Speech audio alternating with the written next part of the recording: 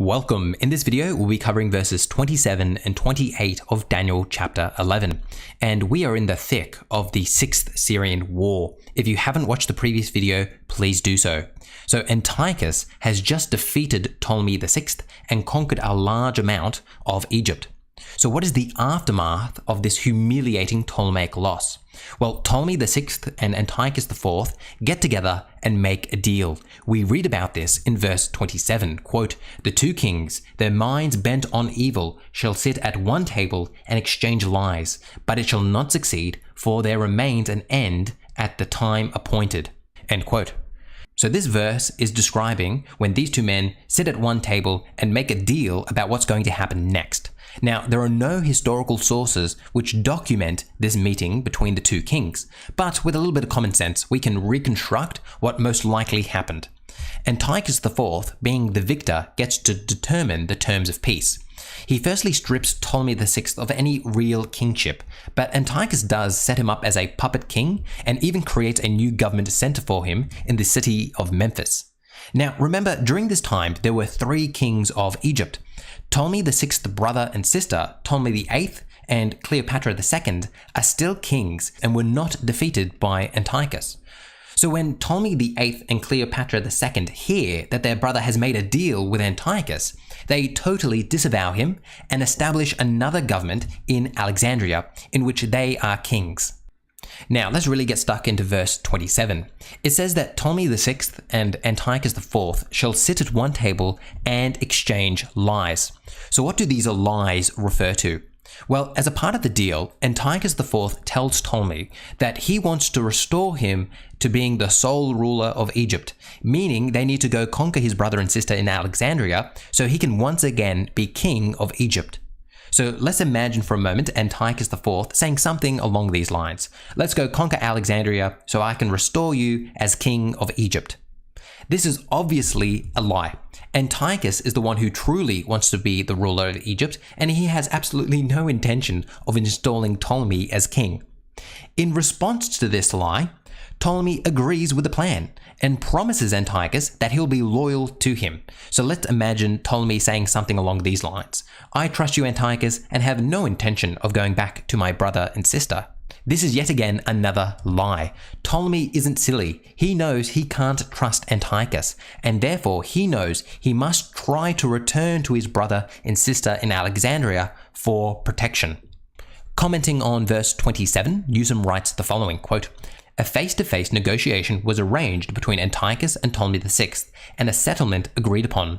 The terms of the treaty are unknown, but they certainly involved some kind of political subordination of Ptolemy VI to Antiochus, and apparently Antiochus's support of Ptolemy VI in regaining sole kingship of Egypt. Ptolemy VI established a court at Memphis, and thus it's hardly surprising that both he and the treaty were repudiated by the regents and their supporters in Alexandria, who ousted him from the co-kingship." End quote. Campbell likewise writes on this verse, saying the following, quote, "Antiochus IV was able to reassert the Seleucid military as a successful force and essentially take control of parts of Egypt without officially annexing it, which would have upset the powers in Greece and Rome. The political powers in Egypt, however, would soon change his position. Government leaders in Egypt established a new government to overthrow the government of Ptolemy VI. Cleopatra II and her brother, the younger Ptolemy, became joint rulers and appealed to Rome for aid against Antiochus IV, Livy 44. End quote. So what have we learned from all of this information? Well, Ptolemy VIII and Cleopatra II are held up in Alexandria, and Antiochus IV, wanting full control of Egypt, begins besieging the city. Ptolemy VIII and Cleopatra II are obviously very worried, so what they do is they send officials to Rome to ask for help. And thankfully, we have a historical source for this event. It's found in Livy book 44, so let's give it a read. Quote, "The first introduced were ambassadors from Alexandria, sent by King Ptolemy and Queen Cleopatra. They came into the Senate house dressed in mourning, with their hair and beard neglected, holding in their hands branches of olives. There they prostrated themselves, and their discourse was even more petitions than their dress." Antiochus, king of Syria, who had formerly been a hostage at Rome, had lately, under the honourable pretext of restoring the elder Ptolemy VI to the throne, made war on his younger brother Ptolemy VIII, who was in possession of Alexandria. Let's pause here for a moment and take note of the phrase, under the honourable pretext of restoring the elder Ptolemy VI to the throne.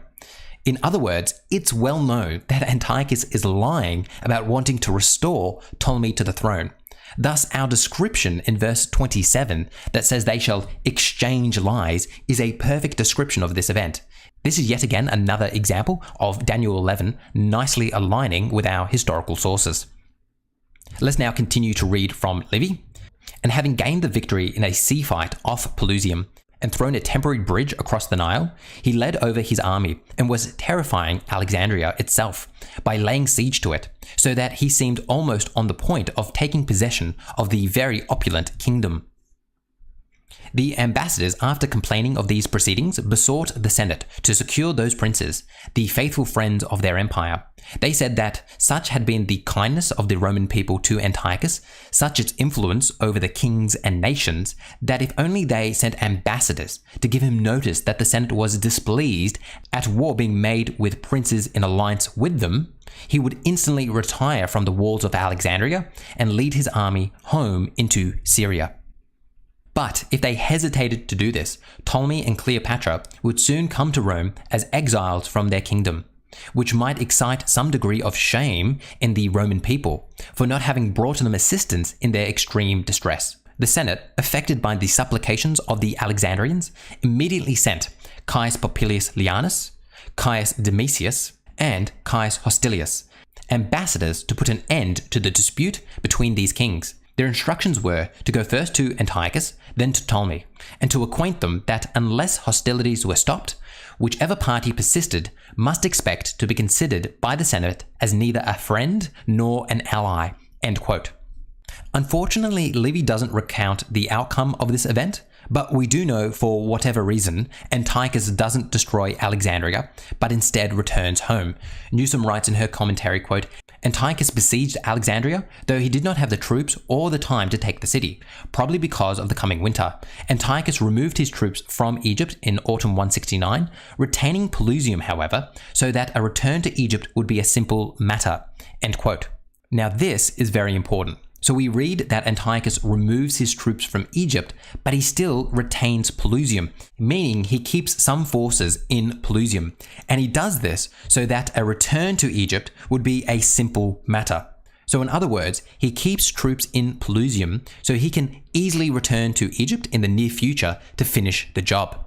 So now let's continue on to verse 28, which tells us about Antiochus's return home. Quote, he shall return to his land with great wealth, but his heart shall be set against the holy covenant.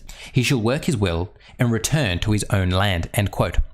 So what does this mention of his heart being set against the holy covenant refer to? Siao in his commentary writes the following. Antiochus IV then tried to capture Alexandria, where the Greek population had installed Ptolemy VI Philometor's brother as king. But the siege failed, and Antiochus withdrew his forces, setting his heart on an easier target, the Jews, the people of, quote, the Holy Covenant, end quote. So upon his return from Egypt, Antiochus first attacks the people of Jerusalem. So let's move Antiochus down to Jerusalem here. Let's now continue to read Siao, who writes the following, quote, with them he seemed to be able to do whatever he wished. So he raided the treasure of the Jerusalem temple, an act that various ancient sources concluded was motivated largely by his financial needs. In any case, Antiochus claimed victory, minting new coins that bore an additional epithet for himself, victorious, end quote. Newsom, writing on this event, says the following, quote, the reference to his determination against the Holy Covenant alludes to Antiochus's assault on Jerusalem, the massive violence against the citizens, and the plundering of the temple as he returned to Syria. But if Daniel were our only source, we would be utterly in the dark as to what the words allude to. The primary sources for these events are 1 Maccabees chapter 1, 2 Maccabees chapter 5, and Josephus' Antiquity of the Jews, book 12, end quote. So this attack on Jerusalem is recorded in 1 Maccabees chapter 1, which reads, quote, After subduing Egypt, Antiochus returned in the 143rd year, 169 BC. He went up against Israel and came to Jerusalem with a strong force. He arrogantly entered the sanctuary and took the golden altar, the lampstand for the light, and all its utensils. He took also the table for the bread of the presence, the cups for drink offerings, the bowls, the golden censers, the curtain, the crowns, and the golden decoration on the front of the temple. He stripped it all off. He took the silver and the gold and the costly vessels. He took also the hidden treasures that he found. Taking them all, he went to his own land." End quote. So Antiochus utterly pillages the temple at Jerusalem after his failed siege of Alexandria. He then returns home. But Antiochus has every intention to return to Egypt to finish the job. So we'll end this video here, but hopefully you'll join me in our next video when we'll continue this story of the 6th Syrian War. As always, if you're enjoying these videos, your support would be greatly appreciated, so please consider supporting me on Patreon. Find the link in the description below. The lowest level is $1 a month, so if you're able to do that, that would be greatly appreciated. If donating isn't something you're able to do, however, it's still tremendously helpful if you can hit that like button and leave a comment. Finally, make sure you're subscribed to get my next video. Thank you for watching until the end, and as always, I'll see you in the next one.